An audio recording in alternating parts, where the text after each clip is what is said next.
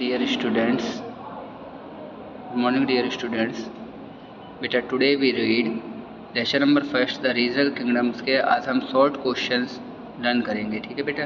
पहला क्वेश्चन है how did the Rajputs explain their origin, यानी राजपूतों ने एक्सप्लेन यानी कैसे वर्णन किया है देयर ओरिजिन, दैट मीन्स अपनी उत्पत्ति के बारे में। ठीक है बेटा। तो देखिए द राजपूत्स देमसेल्फ, जो राजपूत है देमसेल्फ स्वयं को क्लेम दावा करते हैं टू बी डिसेंडेंट्स यानी वंशज ऑफ द क्षत्रियस और वॉरियर्स, यानी क्षत्रिय और योद्धाओं के, वॉरियर्स का मतलब होता है योद्धाओं के वंशज होने का, क्लास ऑफ वैदिक टाइम्स यानी वैदिक समय के। अकॉर्डिंग टू देम, उनके अनुसार देवर सूर्यवंशी, वे सूर्यवंशी हैं और चंद्रवंशी या चंद्रवंशी हैं।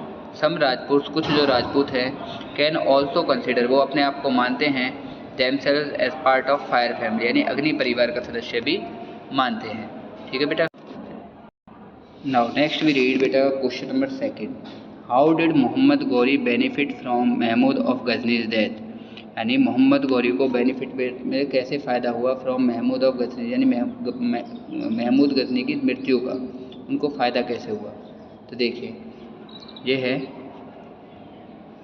आफ्टर महमूद डेथ, महमूद की मृत्यु के पश्चात द गजनवीज बिकेम वीक, गजनवी कमज़ोर हो गए।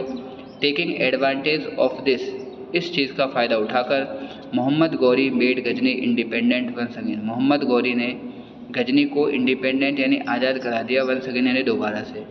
ही ऑल्सो एनेक्सड, ही मीन्स उसने ऑल्सो मीन्स भी एनेक्सड यानी शामिल कर लिया ऑल गजनवीज टेरिटरी, सभी गजनवीज राज्यों को। ठीक है।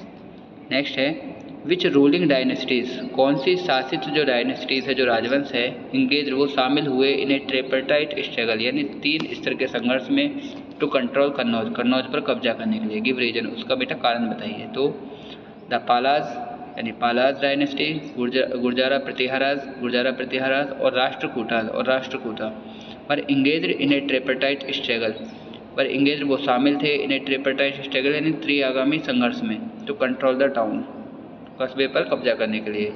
बिकॉज क्योंकि, और वो क्यों इस युद्ध में शामिल थे, क्यों कब्जा करना चाहते थे, बिकॉज क्योंकि Kannauj was the most important city, Kannauj जो था सबसे महत्वपूर्ण शहर था इन नॉर्थ इंडिया, उत्तरी भारत का।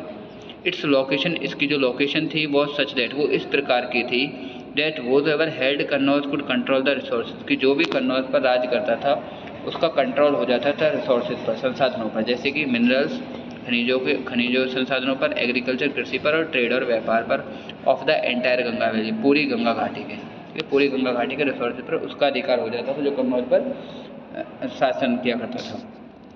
नेक्स्ट क्वेश्चन है बेटा how do you know that the Rashtrakutas were patrons of art architecture and literature, यानी हाउ डू यू नो, आप कैसे जानते हैं कि जो राष्ट्रकूटास है वर पैट्रॉन्स, वो संरक्षक थे आर्ट्स के, कला के, आर्किटेक्चर नक्काशी के, एंड लिटरेचर और साहित्य के।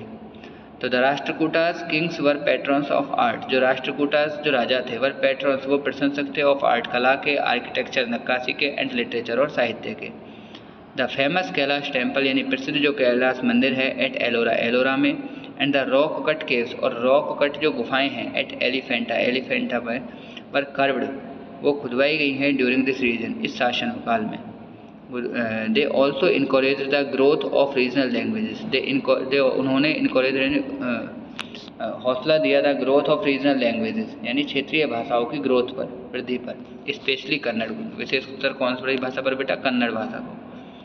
लास्ट क्वेश्चन है what do you know about Chola sculptures, आप चोला मूर्तियों के बारे में क्या जानते हो। The Cholas also made excellent images, चोलाओं ने ऑल्सो मेड भी बनाई एक्सीलेंट यानी अद्भुत इमेजेस यानी छवियाँ या मूर्तियाँ ऑफ गॉड्स, भगवानों की, एंड गॉडेसेस और देवियों की, आइदर ऑफ स्टोन या तो पत्थर की, और ब्रोंज या कांसे की। The latter being more popular, बाद में ये बहुत ज़्यादा प्रसिद्ध हुई। The bronze image of lord Shiva, यानी कांसे की जो मूर्ति है भगवान शिव की, एज नटराज, नटराज के रूप में, द लॉर्ड ऑफ डांस, जिसको डांस का भगवान कहा जाता है, नृत्य का भगवान कहा जाता है, is one of the finest specimen of Chola art, वो चोला कला की सबसे फाइनेस्ट कहते हैं, सबसे अद्भुत कलाकृति है। ठीक है बेटा, यही क्वेश्चन आपको करने हैं। Thank you.